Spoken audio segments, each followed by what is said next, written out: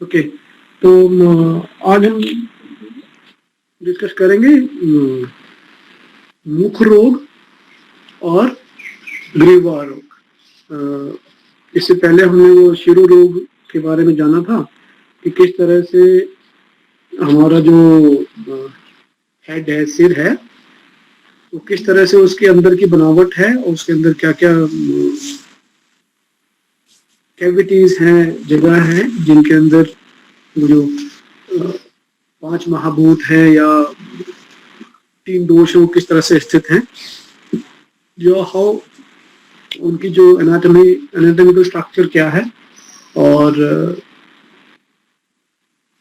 उनका फंक्शनिंग किस तरह से होता है और उस कारण से क्या क्या रोग हो सकते हैं और उन रोगों को हम किस प्रकार प्रिवेंट कर सकते हैं, किस प्रकार से उनको दूर कर सकते हैं अगर हो जाए। तो ये ना मान लें आप कि सिर्फ शिरो रोग उन्हीं कारणों से है जो मैंने बताए थे और कोई उसका कारण नहीं है। उनके और भी कारण हो सकते हैं कि शरीर के बाकी जो अवयव हैं उनकी मॉल फंक्शनिंग से, उनकी क्रिया में त्रुटि हो जाने से,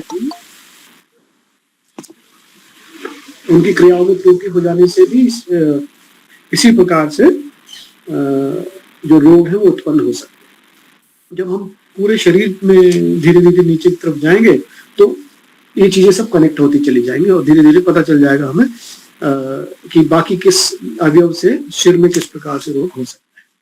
ओके, तो इसमें आप अगर फोटो में देखेंगे तो आप देखेंगे मुंह जो है अंदर से वो इतना सिंपल है नहीं जितना हम उसको मान लेते हैं या ले लेते हैं। इसमें अब देखो ऊपर और नीचे जो तालू है दो, ये नीचे का हिस्सा बिल्कुल सॉफ्ट है, इसमें कोई स्ट्रॉन्ग मसल्स नहीं है। इसमें सीधा जो ट्रैकिल कनेक्शन है और इसमें सीधा जो इसोफेजियल कनेक्शन है। तो जो हड्डियां हैं ये यहाँ पे जो हड्डी होती है जिसको एथमॉइड बोन बोलते हैं, बस वही है जिसमें जीभ जाके लगी होती है और बाकी मसल जो है, जो मैंडिबल मसल्स हैं जो जबड़े को पकड़ती हैं, आपको अंदर दिख भी रही होंगी दो ऐसे खड़ी हुई मैंडिबल मसल्स उसकी, और इन्हीं मसल्स के सहारे जो नीचे का हिस्सा है वो जुड़ा होता है और ऊपर की तरफ इसमें दांत होते हैं। दांतों का जो अलाइनमेंट है वो मुंह को एक शेप देने के लिए, जिससे कि उसके अंदर जगह रहे और उसके अंदर जो एसेंशियल ऑर्गन है जैसे जीभ और ऊपर का तालू और नीचे का तालू और साइड के ये जिनको टॉन्सिल्स हम बोलते हैं, उनके ये मसल्स और वुल्वा जो नीचे लटका रहता है, इन सब को मूव करने के लिए, एक सामंजस्य में मूव करने के लिए, एक कोहेरेंस देने के लिए एक स्पेस चाहिए। उस स्पेस ही इस तरह से बना है और फिर क्योंकि इसमें मैस्टिकेशन की रिक्वायरमेंट है खाने को चबा के खाने के लिए, इसलिए इसकी मूवमेंट भी उसमें एबिलिटी भगवान ने दी हुई है, उसमें है। तो इसको आप बस इतना ध्यान से देखें कि इसके अंदर जो साइड के 2 मसल्स हैं और एक बिल्कुल पीछे मसल दिखाई देगा आपको। ये अगले वाली फोटो में थोड़ा और क्लियर करके मैं बताऊंगा। और जो जीभ है, जीभ इसके अंदर जाके पीछे से हड्डी के अंदर अटैच, और ये मसल्स है इसके अंदर अलग अलग जो इस्तेमाल करते हैं। इसके ये जो जीभ है ये ग्लोसोफेरेंजियल नर्व से कनेक्टेड होती है, जो दिमाग से डायरेक्टली, क्रेनियल नर्व जो मैंने बताई थी, जो दिमाग से डायरेक्ट निकल के इस्तेमाल करती है, चाहे वो सेंसरी हो टेस्ट की या मोटर हो जीभ को हिलाने की, बोलने के लिए। और जो बाकी जो मसल्स हैं इसके दूसरे अंदर के मसल्स जो हैं 2, यानी कि एक मसल तो जीभ के साथ ही है और 2 मसल जो दूसरे वाले हैं जो ऊपर से यहाँ सिर के पीछे जो हड्डी सी दिखती है आपको, यहाँ से कनेक्टेड होते हैं और गले के अंदर आते हैं। तो वो दोनों मसल्स वेगस नर्व से कनेक्टेड हैं जो कि पैरासिम्पैथेटिक नर्व है।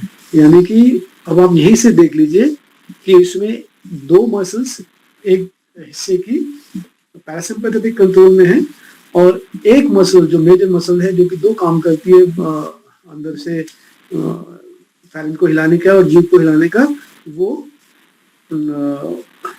क्रेनियल नर्व है जो कि हम इस्तेमाल कर सकते हैं, डायरेक्टली इन्फ्लुएंस कर सकते हैं।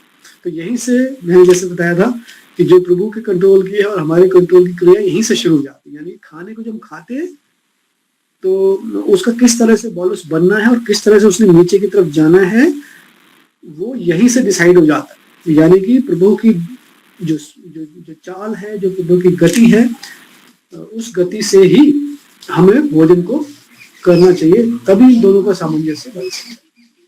मैं ये यहाँ पे बताऊँ या वो दिखाना जो पहले लगाई थी आपने, तो इसमें आप देख सकते हैं अब पूरे मुंह का, नाक के हिस्सों का, कान के हिस्सों का और नीचे पूरे क्लैविकल बोन, जो हड्डियां दिख रही है आपको सफेद दो, ये हमारी आगे की यहाँ की जो ये वाली हड्डी है, ये 2 हड्डियां हैं और इन्हीं के पीछे बिल्कुल जो स्कैपुलर बोन है वो दोनों है। तो अब इसमें आप देखें कि अगर आप ऊपर से देखेंगे, आप इसका जो कनेक्शन है वो तालू गोल घुमा हुआ है ऊपर से, और उसके पीछे फिर वो जो कॉन्चीज है नाक की कैविटी की, इसके पीछे, और वो दोनों जाके पीछे हमारे यहाँ इसमें पीछे वाले हिस्से में मसल्स आपको दिख रहा होगा, मसल, उस मसल में जाके लग जाते हैं अंदर।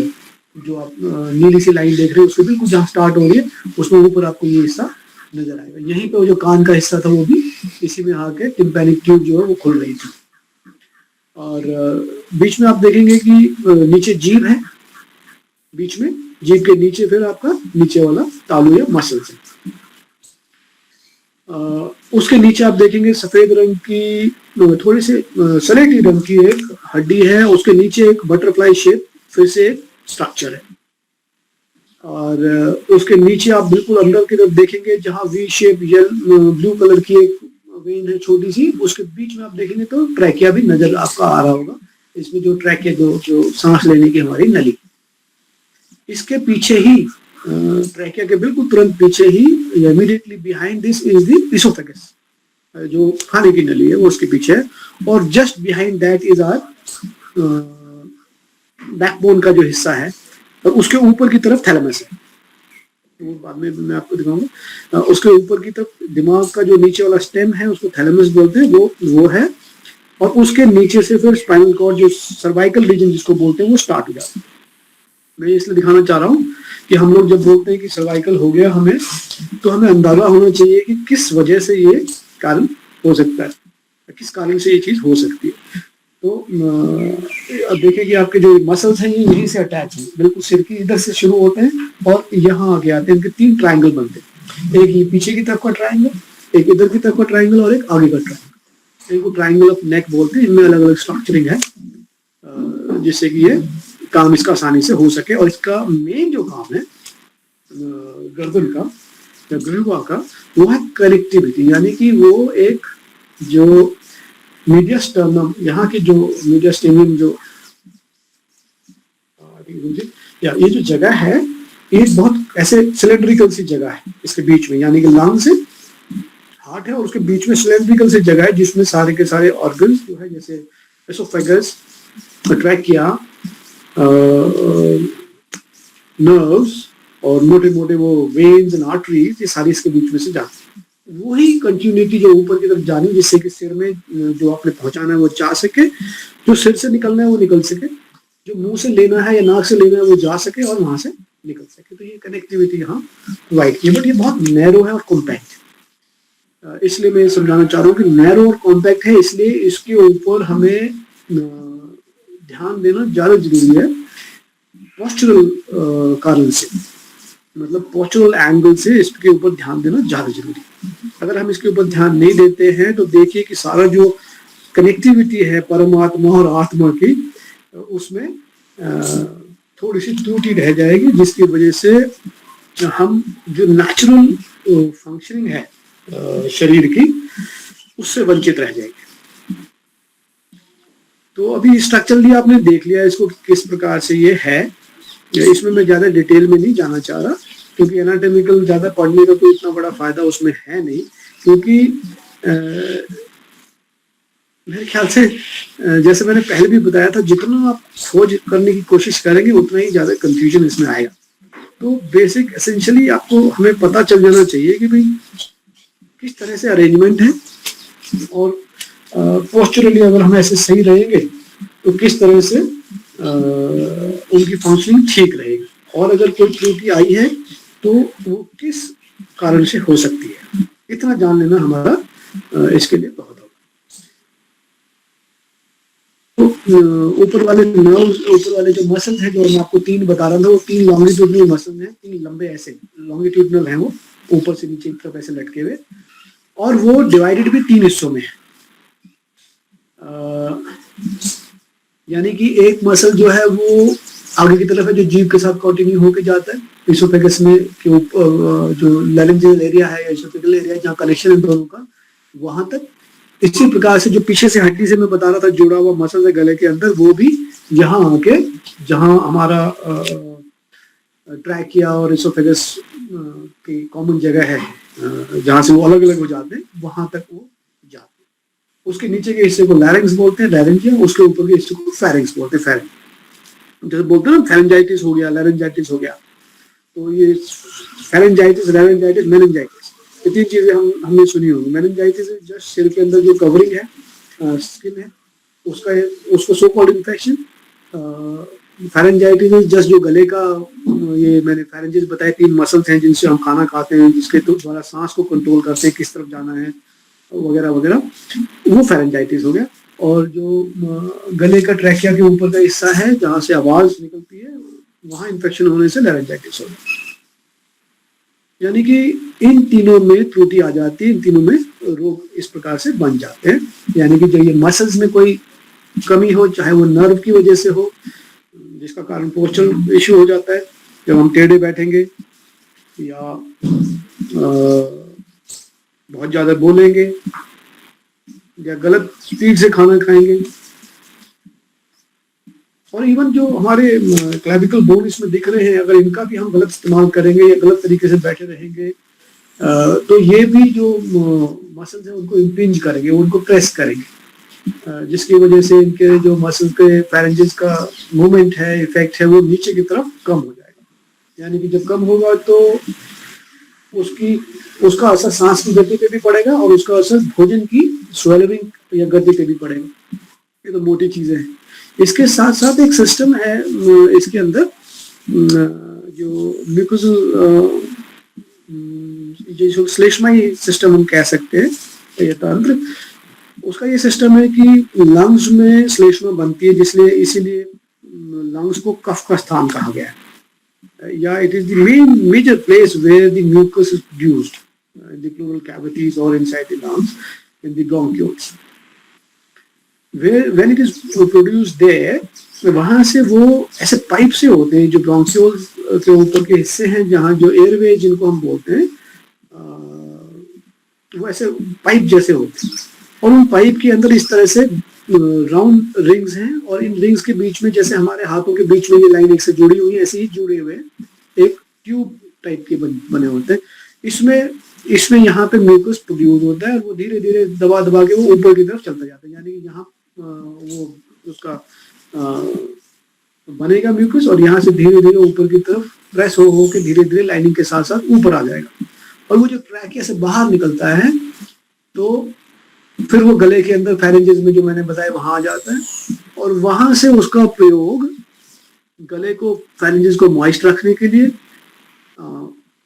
एंड जो मेरा पर्सनल एक्सपीरियंस है, वो सिर्फ गले को ही मॉइस्ट नहीं रखता, वो बाकी की बुकल कैविटी और क्रेनियम कैविटी को भी मॉइस्ट रखने के काम आता है। यानी कि बाकी जगह में म्यूकस का प्रोडक्शन इतना नहीं है, लेकिन यूटिलाइजेशन शायद वहां ज्यादा है।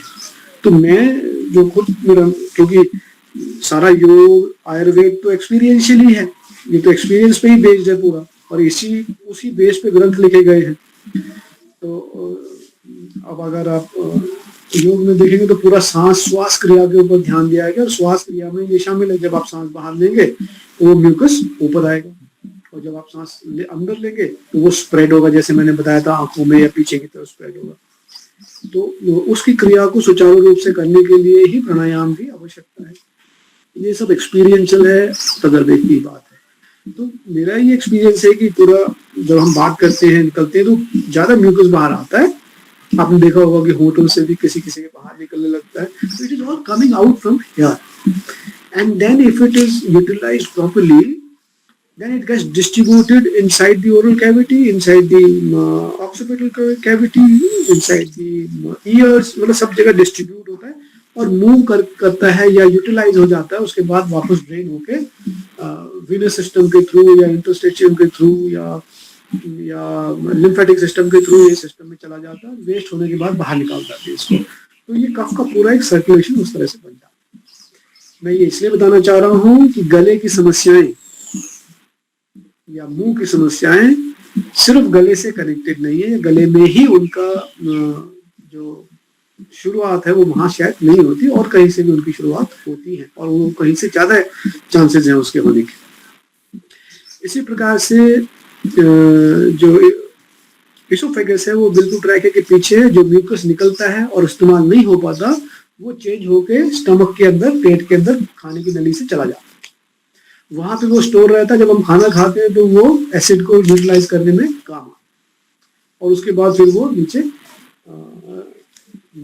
खाने के साथ या बिना खाने के अगर वो यूटिलाइज नहीं हुआ तो धीरे धीरे पूरे पाचन तंत्र को श्लेष्मा की कला देते हुए नीचे की तरफ चला जाता है, इस्तेमाल हो जाता है और जब उसका इस्तेमाल खत्म हो जाता है यानी कि वो पूरी तरह से वेस्ट प्रोडक्ट बन जाता है तो उसको बाहर निकल जाता है। तो ये चीज सिर्फ गले के अंदर होती है। जो ट्रांसफर है from one cavity, pleural cavity, into the abdominal cavity of the mucus or into the cranial cavity, वो इस गले के अंदर से होती है। या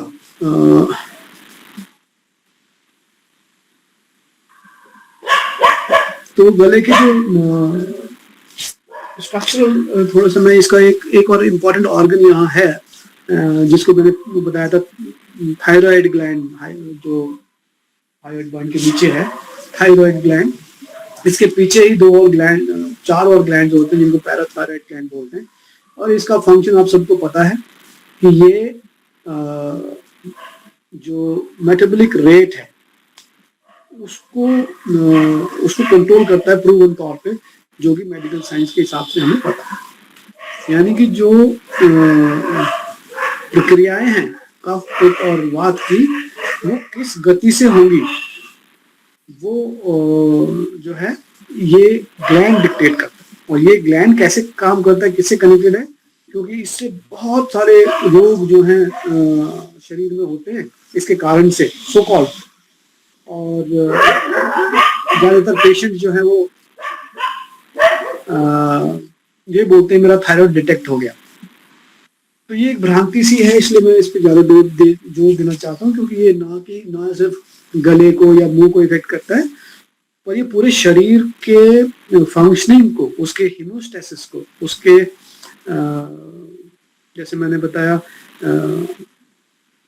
जो कफ, वात और पित्त की प्रक्रियाएं हैं उनको, या हमारे श्वास की प्रक्रिया को, या हमारे ब्लड सर्कुलेशन की स्पीड को, या उसके हीमोस्टेसिस सबको इफेक्ट करता है।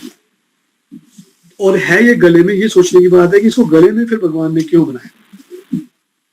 तो ये हम बाद में इसको डिस्कस करेंगे कि ये गले में क्यों है और इसलिए गले का महत्व क्यों, इसलिए मौन का महत्व क्यों है, इसलिए सांस लेने का सही तरीके से महत्व क्यों है, इसलिए ठीक तरीके से खाना खाने का महत्व क्यों, ये सब फिर हम पढ़ते हैं।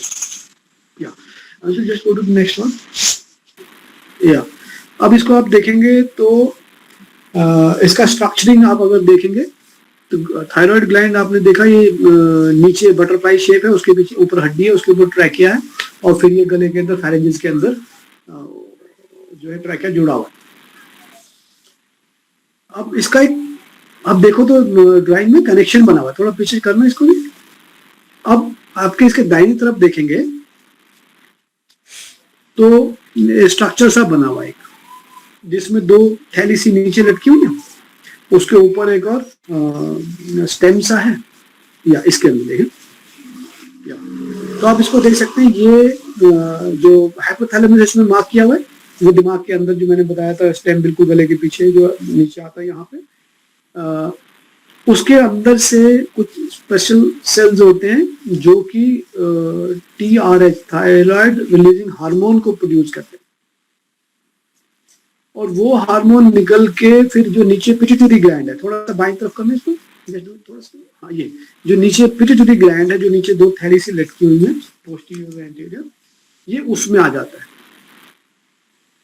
और जब उसमें ये आता है ब्लड के थ्रू, वहां से थायराइड स्टिमुलेटिंग हार्मोन प्रोड्यूस होता है, यानी कि वो जब उसको पकड़ता है थैलेमस से जब आता है रिलीजिंग हार्मोन, तो पिट्यूटरी ग्लैंड एक स्टिमुलेटिंग हार्मोन प्रोड्यूस करता है, जो कि अब चले जाओ लेफ्ट में, छोटा करके, या छोटा कर दो इसको थोड़ा, या जो कि इस थायराइड ग्लैंड के अंदर जो हमारे यहाँ पे स्थित है उसके अंदर चला जाता है।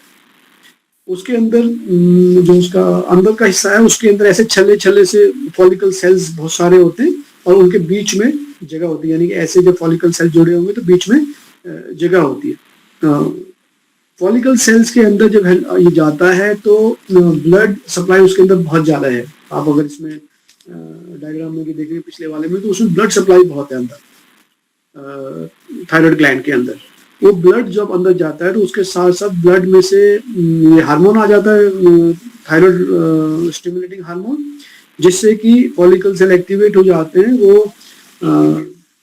अलग अलग टाइप के इसमें बायोकेमिकल रिएक्शंस हैं, जिससे कि वो थायमीन यानी T3 और T4 प्रोड्यूस करता है, अलग अलग तरीके से हैं। तो जो फॉलिकल सेल्स हैं उनके अंदर ब्लड आता है, ब्लड के साथ ब्लड के अंदर जो इसको बोलते हैं आयोडीन की मदद से कन्वर्ट करके वो T4 और T3 को बनाता है। उसकी ज़्यादा इंपॉर्टेंस नहीं है, बस मैं इतना बताना चाह रहा हूँ कि ये कंट्रोल सिर्फ थायराइड ग्लैंड के पास नहीं है, ये थैलेमस से है। थैलेमस से, और थैलेमस का भी जो इफेक्ट है, कंट्रोल है, या किस तरह से वो काम करेगा, वो एक पिनियल ग्लैंड दिमाग के अंदर होती है, पीनियल ग्लैंड। और पीनियल ग्लैंड का भी जो कंट्रोल है या इफेक्ट है, वो सूरज की रोशनी यानी कि लाइट के साथ उसका कनेक्शन है। तो अब मैं इसलिए एस्टेब्लिश करना चाह रहा हूँ कि लाइट के कनेक्शन से, लाइट से, सूरज की रोशनी से, उसके अनुसार अपने शरीर की क्रियाओं को करने से इस थायराइड जो हार्मोन है हमारा, उसके ऊपर उसका असर इफेक्ट पड़ता है। अब जब ये T4 T3 बन जाते हैं शरीर के अंदर, इनका उत्पादन हो जाता है थायराइड ग्लैंड में, तो ये ब्लड के अंदर रिलीज हो जाते हैं। और जो भी टारगेट सेल्स हैं इसके, चाहे वो हार्ट के हों, चाहे वो किडनी के हों, चाहे वो लंग्स के हों, चाहे वो पूरे शरीर में कहीं पे भी हों, उनमें वो रिसीव होता है। वहाँ एक मैसेंजर की तरह काम करता है कि भाई अब आप तेज काम करो, यानी कि हार्ट बीट बढ़ा दो, यानी कि लंग्स की जो रेस्पिरेशन रेट है वो बढ़ा दो, किडनी का फिल्ट्रेशन रेट जो है वो कम कर दो, ब्लड वहाँ कम कर दो, आंखों में ब्लड कम कर, क्योंकि हमने लड़ाई लड़नी, क्योंकि हमें फाइट एंड फाइट मैकेनिज्म में जाना, यानी ऑटोनोमिक सिस्टम का जो सिंपैथेटिक रिस्पॉन्स है वो करना, तो इसलिए तैयारी करो। तो या फिर उसके ऑपोजिट कि भाई कोई जरूरत नहीं है, रेस्ट में रहो, आराम से हार्ट बीट कम कर लो, कोई रिक्वायरमेंट इतनी ब्लड की नहीं पड़ती, अभी लंग्स की स्पीड कम कर लो, इतनी रिक्वायरमेंट नहीं पड़ती। तो ये जो चीज है, ये दो चीजों से कनेक्टेड होगी हमारी। एक तो हमारे इमोशनल रिस्पॉन्स से या इमोशन से, और दूसरा सूरज की रोशनी और उसकी गति से। ये हमारा जो मेटाबॉलिज्म है वो रिलेटेड हो गया उससे। अब जब ये दोनों हार्मोन ब्लड में होते हैं, जब ये बढ़ते हैं, तो ये जो थैलेमस है वहां पे इसका असर होता है, यानी कि थैलेमस में जो ब्लड सप्लाई है वो जब डिटेक्ट करता है कि T3 T4 हाई हो गया, तो वो ऑटोमेटिकली TRS जो रिलीजिंग हार्मोन है थायराइड का, उसको कम कर देता है। जब वो कम होता है तो स्टिमुलेटिंग हार्मोन भी कम हो जाता है। जब स्टिमुलेटिंग हार्मोन कम होता है तो अपने आप T4 T3 कम होने लगता है, यानी कि आप रिलैक्स होने लगते हैं, धीरे चाल में हो जाते हैं। मैं ये इसलिए डिटेल में समझाना चाह रहा हूं कि जनरली क्या होता है, जैसे ही इसका वेरिएशन हमें मिलता है T4 T3 का, तो हम आर्टिफिशियल जो है हार्मोन लेना शुरू कर देते हैं, आर्टिफिशियल हार्मोन, थायरोक्सिन या ऐसी चीजें।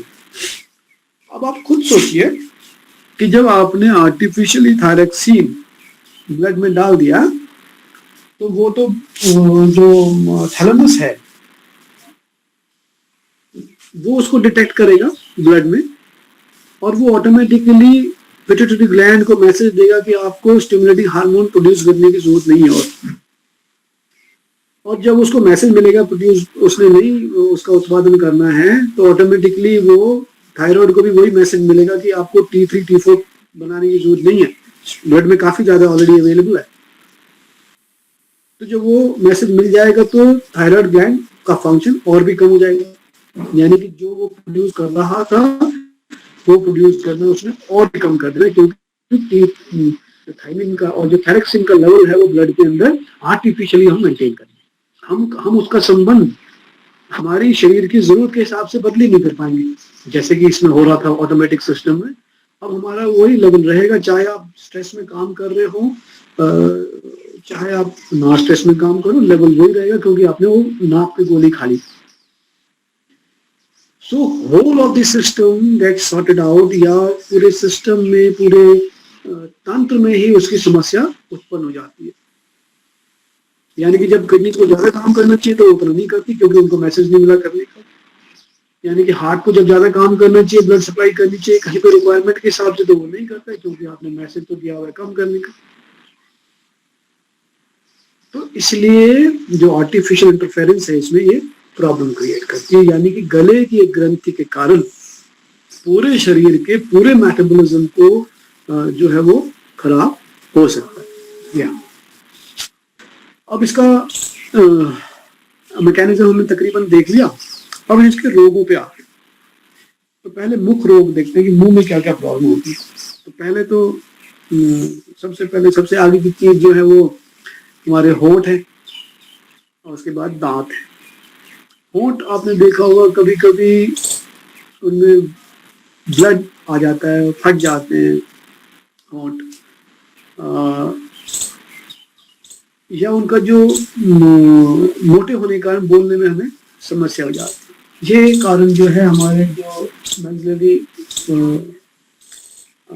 नर्व्स हैं, जो जो जो क्रेनियल नर्व है, जो डायरेक्टली यहाँ से इसमें मैंने भी बताया ऐसे करके आते हैं, उनकी प्रॉब्लम से होता है। जब हम ज्यादा बोलते हैं, गलत तरीके से बोलते हैं, यानी कि जब हम फेरेंजिस को ऊपर उठा के, लैरिंज को ऊपर उठा के जोर से बोलेंगे तो यहाँ चोकिंग होगी। जब चोकिंग होगी, जो नर्व यहाँ से पास हो रहे हैं कंट्रोल करने के लिए, या ब्लड वेसल्स है वो चोक हो जाती है।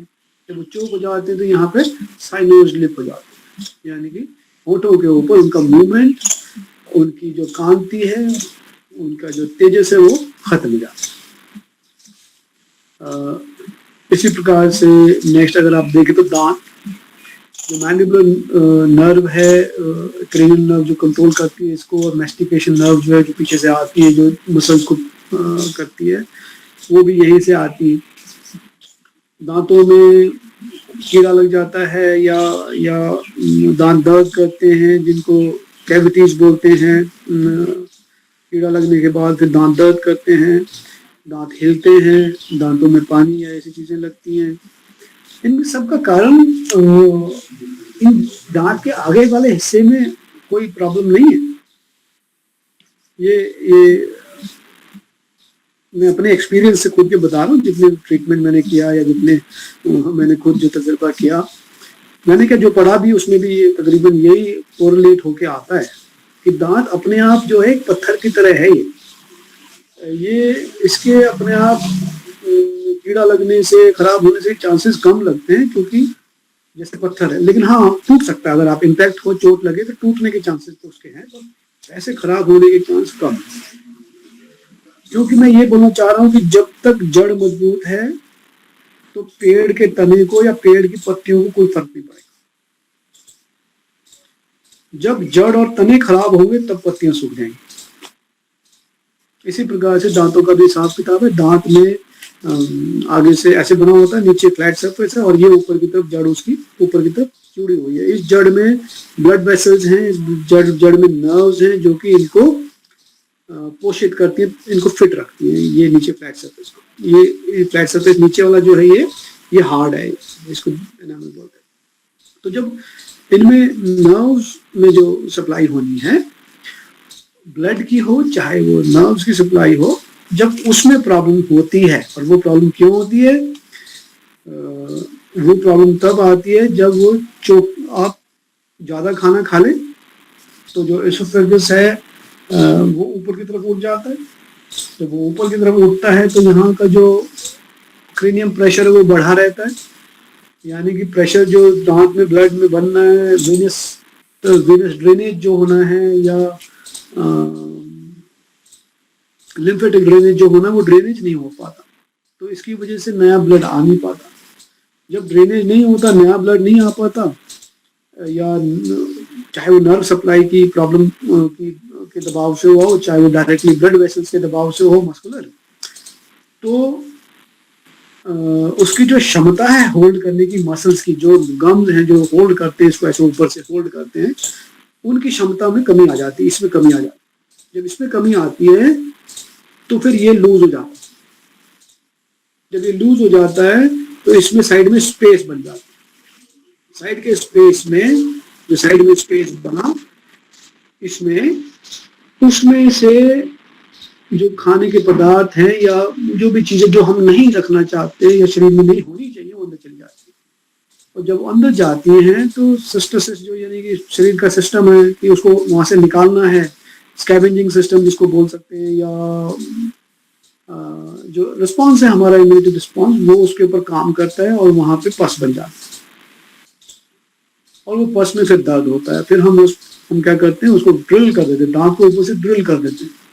जब ड्रिल करते हैं तो उसमें एक और सुराख बन जाता है, जो हम ड्रिल करके उसको भर देते हैं, पर वो पूरी तरह से बंद तो हो नहीं पाता पूरी तरह से, तो उसमें एक और सुराख बन जाता है। फिर उस सुराख में से, चाहे ऊपर के मसल टाइट भी, उस सुराख में से ही इसी पे ये चीजें अंदर जाने लगती है। फिर धीरे धीरे जो उसके नर्व्स हैं वो डेड होने लगते हैं, वो दांत डिके हो जाते हैं, निकल के बाहर निकल।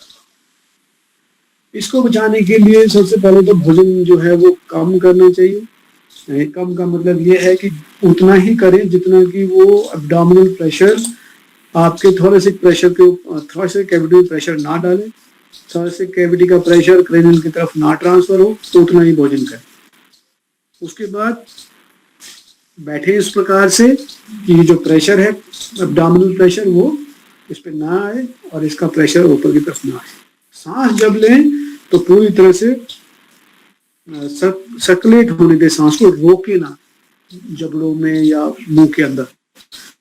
तो सीधे बैठ के दूसरी प्रकार से जब भी आप खाना वाना खा लें, दांतों का हो, कार्रवाई खत्म हो, तो आप सांस जो है वो ध्यान से लेनी है कि यहाँ पे एक्यूमुलेशन ना हो, यहाँ पे क्रैम्पिंग ना हो, पूरा का पूरा सांस रिलैक्स रूप से निकल जाए, जिससे मसल्स रिलैक्स हो जाए, ब्लड सप्लाई बढ़ जाए और वो जो कार्रवाई है उनकी पोषण करने की दांतों में पूरी तरह से रहे।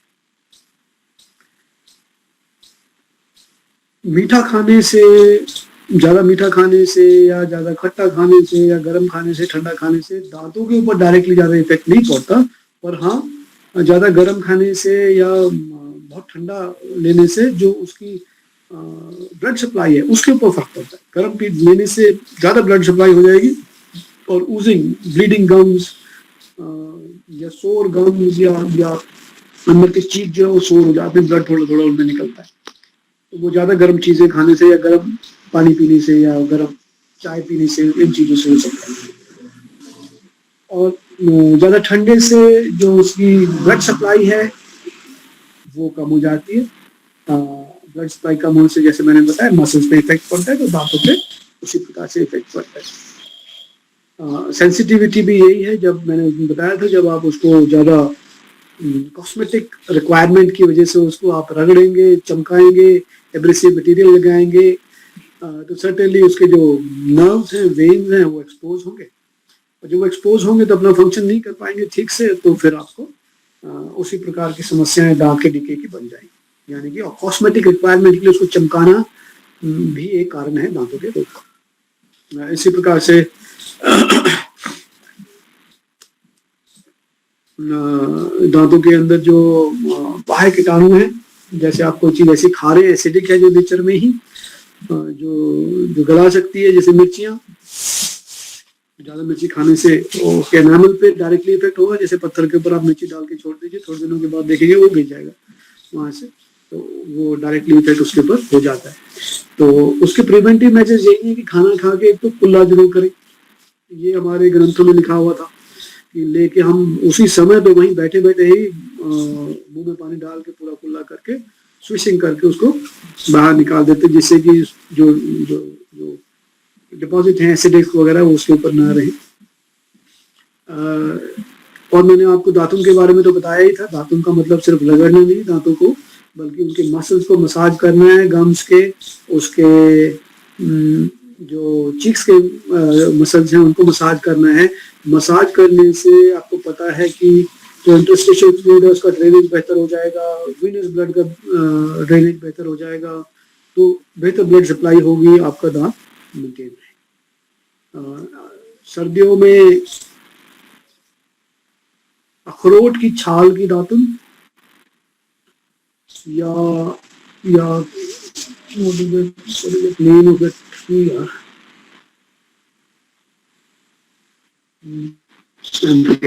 तो जो भी एक तो अखरोट की छाल की दातुन सर्दियों में करने से बहुत इफेक्टिव रहती है। वो मसल्स को वार्मथ भी देती है, दांतों को चमकाती भी, साफ भी करती है, और जो ब्लड सप्लाई है सर्दियों में जो कम हो जाती है, कंस्ट्रिक्ट हो जाती है ठंड से, वो बढ़ जाती है। सर्दियों में जैसे मैंने बताया इससे, और गर्म पानी के नमक के कुल्लों से भी दांत की जो मेंटेन रह सकते हैं, जो बीमारी अगर है भी तो वो भी उससे दूर हो जाती है। और गर्मियों में नीम की या बबूल की दातुन से आप जब हम दातुन कर सकते हैं, गंडूश कर सकते हैं या दंतधाती करेंगे, तो उससे भी दांतों के जो कंट्रोल करने वाले मसल्स हैं, नर्व्स हैं, ब्लड वेसल सप्लाईज हैं या ड्रेनेज है, वो बेहतर हो जाता है। तो इन दोनों तरीकों से दांत को ठीक रख सकते हैं। अगर कोई प्रॉब्लम हो जाए, जैसे दांत में दर्द है या कैविटीज बन रही हैं या कुछ हो रहे हैं, तो जो जैसे मैंने बताया, एक तो कपूर, गेरू, इन दोनों को मिक्स करके तिल के तेल में, इसमें लौंग का थोड़ा सा पाउडर मिला के उससे मंजन करने से या उस पेस्ट को अप्लाई करने से जो दांत का दर्द है, दांत में कैविटीज है, वो खत्म हो जाती है। इसी प्रकार से मुंह में तिल के तेल का गंडूश रखने से, यानी कि if you do the swishing with the til oil every day in the morning after doing that datun, तो उससे भी दांतों की या मुंह की संपूर्ण जो सुरक्षा है वो हो सकती है, उससे कंप्लीटली हो सकती है। लौंग का तेल और लौंग इटसेल्फ एक बहुत अच्छा दांतों के लिए रेमेडी है। कभी भी दांत में दर्द हो, सबसे पहले नमक के पानी का गरारा करें, कुल्ला करें जो अच्छे से 4 से 5 बार। उसके बाद मुंह में तिल के तेल का गंडूश रखें, जितनी देर तिल का तेल मुंह में रख सकते हैं उसको रखें और चलाते रहें, और उसको निकालने के बाद एक बार दोबारा से नमक के पानी का गरारा करके लौंग और कपूर के तेल में एक कॉटन को भिगो के उस दांत में उस जगह पे रख के उसको बंद कर लीजिए, और उस कॉटन के बीच में क्रश करके एक लौंग रख लीजिए, और फिर उसको दांत के बीच में दबा लीजिए। तो ये आपके दांत के जो दर्द हैं, दांत की जो पस फॉर्मेशन हैं, सेंसिटिविटीज हैं, ये सारी की सारी खत्म। तो ये तो बताया मैंने दांत के बारे में। इसी प्रकार से नेक्स्ट जो मेन बीमारी लोगों को फेरेंजाइटिस या टॉन्सिलाइटिस, ये चीजें जो होती है, ये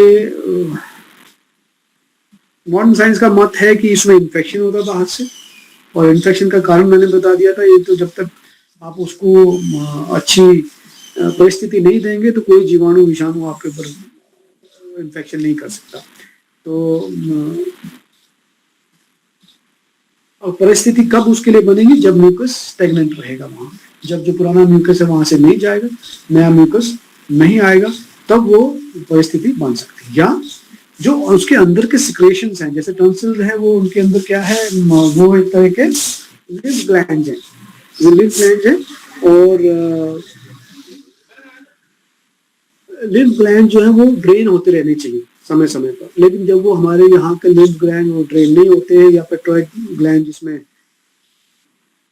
वो जो क्या बोलते हैं सलाइवा निकलता है या सलाइवरी ग्लैंड जिनमें से सलाइवा निकलता है, वो जब पूरी तरह से ड्रेन नहीं होते, निकलते नहीं हैं, स्टैग्नेंट हो जाते हैं, तब उनके अंदर भी इस प्रकार से जो इन्फ्लेमेशन है, स्वेलिंग है, वो हो जाती है, जिसकी वजह से हमें यहाँ गले में टॉन्सिलाइटिस या फेरेंजाइटिस ये चीजें अंग्रेजी टर्म्स के मुताबिक होती है। मेरा पर्सनल एक्सपीरियंस ये है कि गले की जो गले का पकना है, जीभ के पीछे का हिस्से का पकना है, टॉन्सिलाइटिस है, ये गले के खुद के कारण से कम और पेट के कारणों से ज्यादा या लंग्स के कारणों से ज्यादा होती है। जब हमारा जो मूवमेंट है, जो मैंने पहले समझाया था म्यूकस का, लंग से होके गले से होके पेट में जाना, या पेट से निकल के या पेट में ज्यादा म्यूकस का हो जाना, फिर वो ऊपर की तरफ मूव करना, या उसका सही गले के अंदर विचरण ना होना, मूवमेंट ना होना और ड्राई ना होना, ये उन कारणों से बनता है। यानी कि अगर हम सांस ठीक नहीं लेंगे, सही पैटर्न से नहीं लेंगे, जैसे मैंने बताया था सांस कैसे जानी चाहिए एब्डोमिनल थोरेसिक में और कैसे थोरेसिक और एब्डोमेन बाहर आनी चाहिए, अगर उस तरह से नहीं रहेंगे तो उसका जो मूवमेंट है म्यूकस का लंग्स में और स्टमक में और ऊपर की तरफ, वो गलत हो जाता है। तो जो सिलेबरी डायरेक्शंस हैं वो गलत हो जाती है, फिर वो म्यूकस जहां से निकलना चाहिए निकलता नहीं। आपने देखा होगा फिर खराश के करके हम निकालते हैं, वो दर्शाता है कि हमारा जो नेचुरल सिंक्रोनाइज्ड मूवमेंट है मसल्स का म्यूकस को निकालने के लिए, वो नहीं हो पा रहा, और वो ही सोल कारण है इसका होने का। पेट से म्यूकस नीचे ना जाने का कारण मैंने बता दिया, ज्यादा खाना खाना या ऐसा खाना खाना जो पचे ना, जैसे पनीर का अधिक खा लेना, चीज का अधिक खा लेना, या जितने भी, या आलूओं का, उबले हुए आलूओं का अधिक खा लेना, या जितनी भी ऐसी चीजें हैं जो कि श्लेष्मा को उत्पन्न करती हैं या जिनके लिए डाइजेस्ट करने के लिए श्लेष्मा की रिक्वायरमेंट ज्यादा है स्टमक के अंदर, वो खाने से भी अगर वो हम लगातार करेंगे तो मूवमेंट जो डाउनवर्ड है वो नहीं होगा, और जब वो नहीं होगा तो वो सर्टेनली लैरिंग्स और फेरिंग्स, जो ऊपर मैंने आपको बताए थे मसल जहाँ खाने में आना है, सांस में भी आना है और एक्सपोज है जो बाहर के हिस्से के लिए, वो वहां रुक जाएगा। जब वो रुक जाएगा तो उसमें स्वेलिंग होगी, इन्फ्लेमेशन होगी, और फिर वहां पे दर्द होगा और स्वेलिंग में दिक्कत होगी, खाना हम खा नहीं पाएंगे। तो सिर्फ ये दोनों चीजों को ठीक करके भी हम कर सकते हैं। जब बहुत दिनों तक ऐसा प्रॉब्लम होती है, उसके बाद उनके जो मसल्स है फेरिंग्स के, या जो नर्व उनको कंट्रोल कर रहे हैं फेरिंजेस को या उनकी मसल्स को, उनमें प्रॉब्लम हो जाती है। जब उनमें प्रॉब्लम हो जाती है तो फिर ऑटोमेटिकली जो वहां से म्यूकस मूव करने की प्रक्रिया थी हमारे फेरिंजेस की या गले की मसल्स की, वही प्रक्रिया खत्म हो जाती है। उसके कारण से ही वहां म्यूकस फंसा रहता है, जिसकी वजह से ये प्रॉब्लम बनी रहती है। अब जब ये प्रॉब्लम यहाँ बनती है, ये इन्फ्लेमेशन होता है हिस्सा हमारा, जैसे मैंने बताया इसमें जो आपको दिख रहा होगा पाइप, जब ये इन्फ्लेम हो जाता है, ये बढ़ जाता है, तो पीछे की तरफ प्रेशर डालता है। जब ये पीछे प्रेशर डालेगा तो इसके पीछे, जैसे मैंने बताया था, स्पाइनल कॉर्ड है, यानी स्पाइनल कॉर्ड जो सर्वाइकल रीजन ऐसे बना हुआ था पीछे, उसके ऊपर यहाँ से प्रेशर बनने लगता है। जब वो प्रेशर बनता है तो जो नर्व्स के बीच में से जा रही है उसमें दर्द होने लगता है, या जो ऑब्स्ट्रक्ट हो जाती है।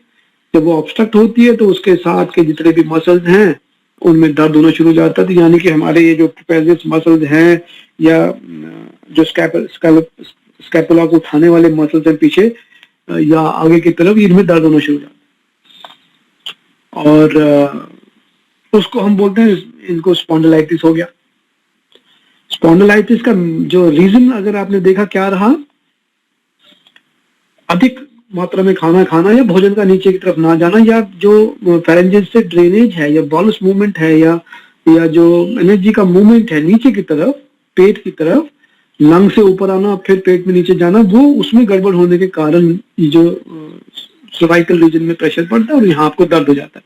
चाहे बिल्कुल सिर के ऊपर यहाँ दर्द हो, चाहे वो नीचे दर्द, और हम भी ये मान लेते हैं कि ये स्पॉन्डिलाइटिस हो गया।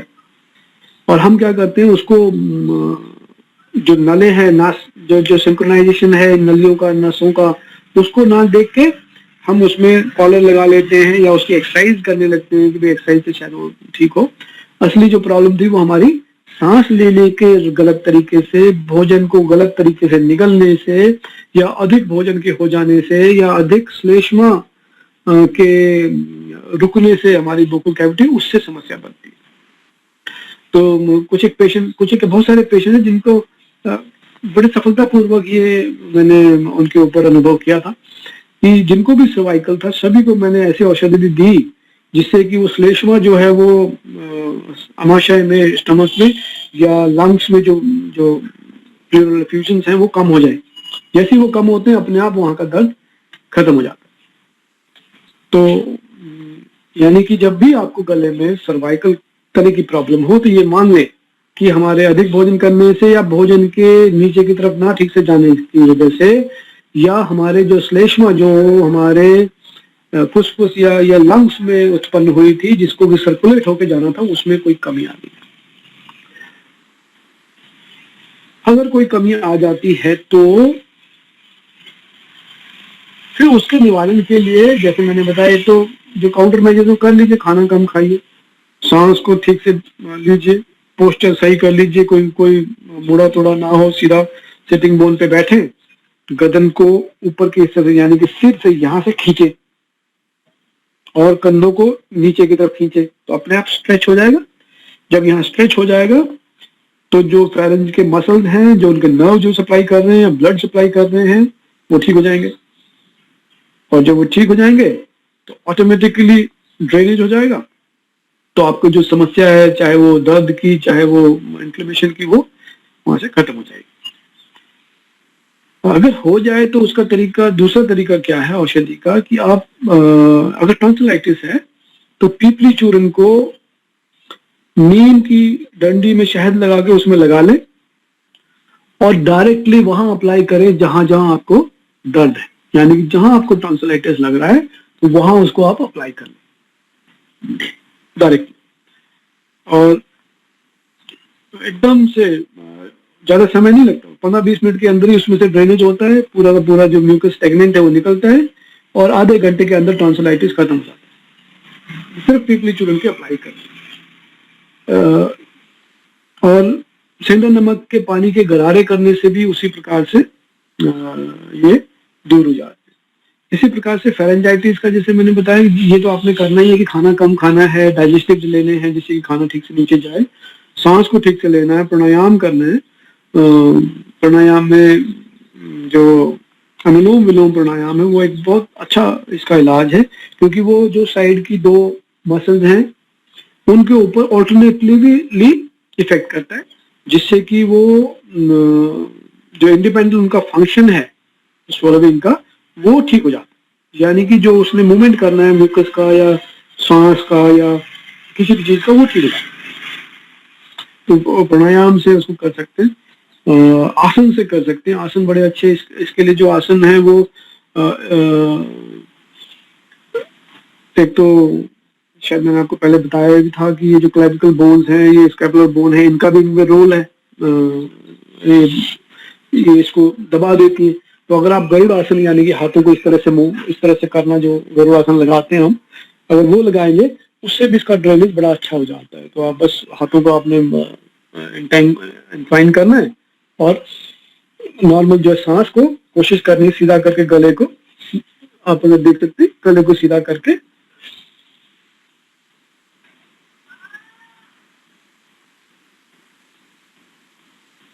तो जो ये इंश्योर करेगा कि आपका जो ड्रेनेज है, जो स्टेगनेंट हुआ चीजें, वो सारी खत्म हो जाएंगी। जब वो खत्म हो जाएंगी श्लेष्मा सारा नीचे चला जाएगा और जो वीनस ब्लड है वो भी नीचे चला जाएगा, पूरा क्लियर हो जाएगा। उसे एक बड़ा सिंपल सा तरीका है।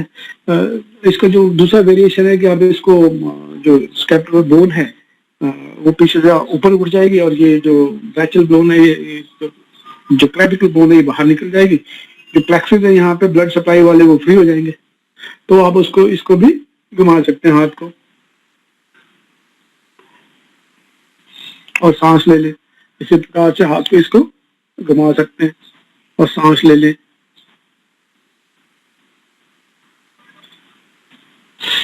या फिर एक बड़ा अच्छा तरीका है इसको प्रेशर डालने का, आप स्क्वाटिंग पोजीशन में बैठ जाएं,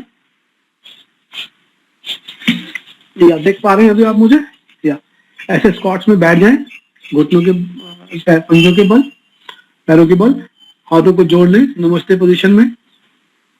तो जब आप इसको घुटनों से अंदर से रखेंगे और हाथ से इसको बाहर निकाल देंगे तो अपने आप जो आपका मीडियास्टेनियम है या गर्दन है उसमें स्पेस जो है जिससे होना चाहिए हो जाएगा, जो स्ट्रेटनेस है सिर की और आपकी बॉडी की वो अपने आप आ जाएगी। तो इसको छोड़ें और सांस ले लें, सांस निकालें,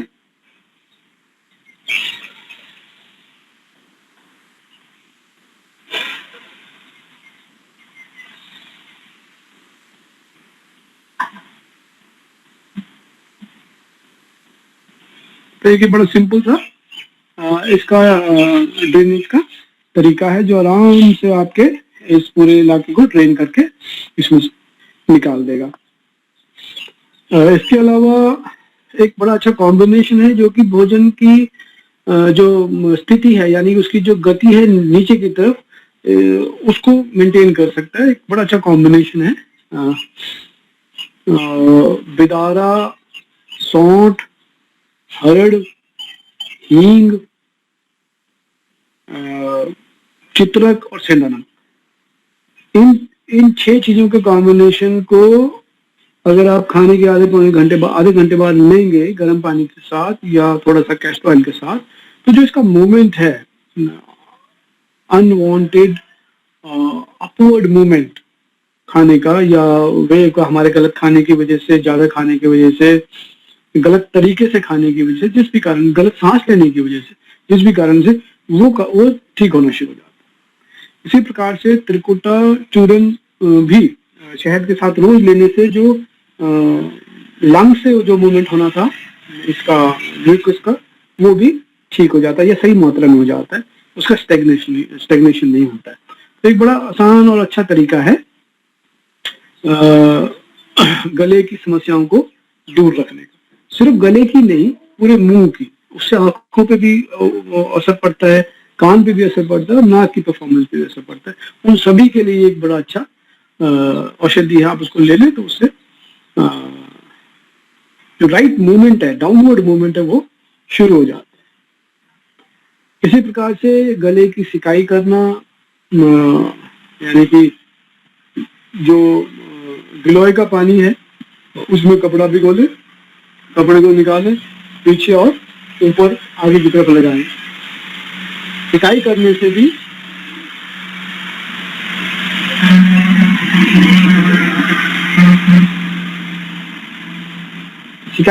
भी गले का जो इसका जो म्यूकस है, जो मूवमेंट है, वो हो जाता है। तो ये तो रहा इसका। एक और जो इम्पोर्टेंट बहुत कॉमन कारण है वो है एसिड रिफ्लक्स होने का।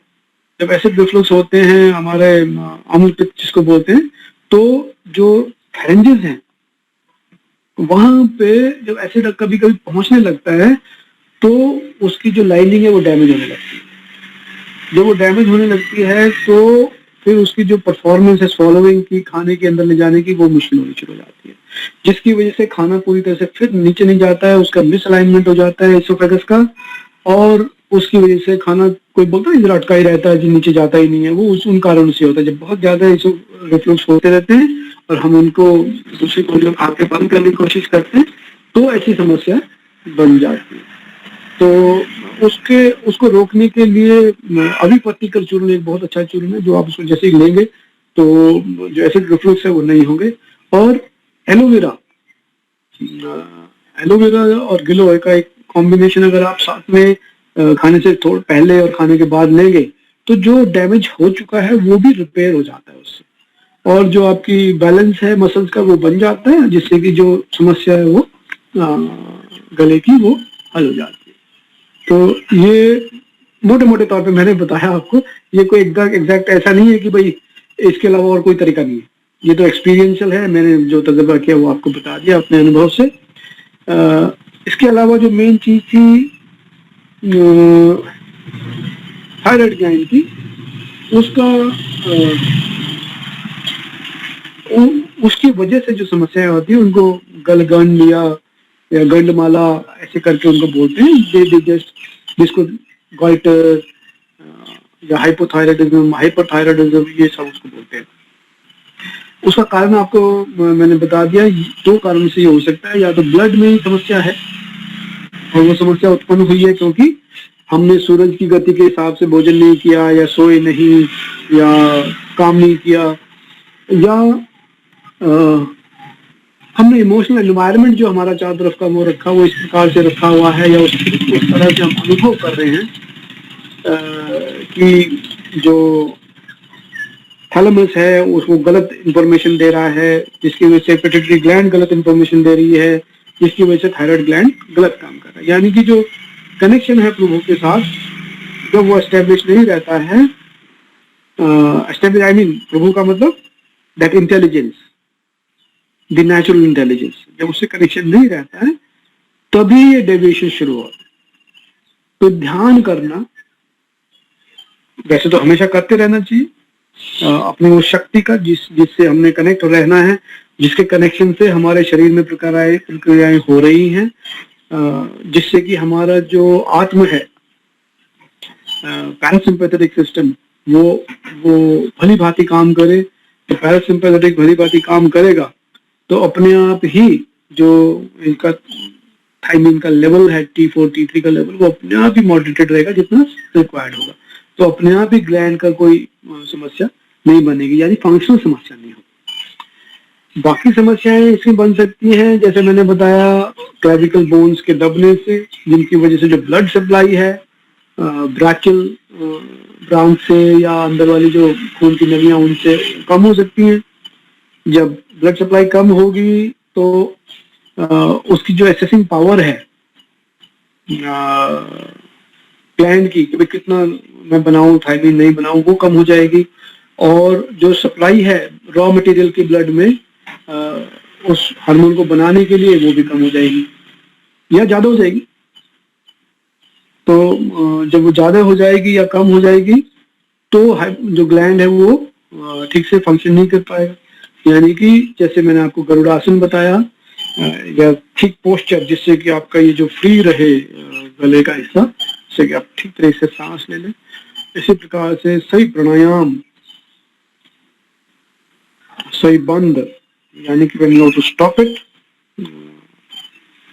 जिससे कि जो डाउनवर्ड फॉल है हमारे थोड़े ऑर्गन्स का या एब्डोमिनल ऑर्गन्स का या पेल्विक ऑर्गन्स, वो ठीक हो जाए, इसमें स्पेस बन जाए। स्पेस बनने से अपने आप जो ब्लड सप्लाई है वो ठीक हो जाए। और अगर उससे नहीं हो पाता है तो पीपली चूर्ण एक बहुत अच्छा चूर्ण है, जिसको चाटने से इसके ऊपर सीधा असर पड़ता है।